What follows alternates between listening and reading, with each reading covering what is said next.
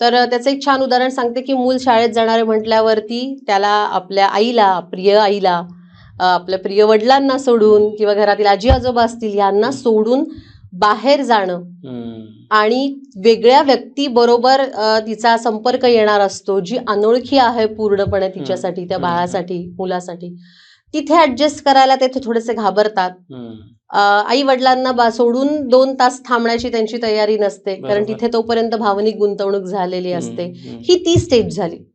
आणि हळूहळू नंतर मग त्याची ती जेव्हा डेव्हलप होताना दिसते, तेव्हा शाळेत गेल्यानंतर मग 4 मित्रमैत्रिणी होतात, त्यांच्या आईवडिलांशी संपर्क येतो, शिक्षकांशी संपर्क येतो, नर्सरीमध्ये असताना सांभाळणाऱ्या त्या मावशींशी संपर्क येतो, अगदी डबा खाताना सुद्धा त्या आजूबाजूला मावशी किंवा छोट्या त्या ताया असतात त्यांच्याशी संपर्क येतो. तर तिथे ती त्याची सोशल डेव्हलपमेंट सुरू होते हळूहळू.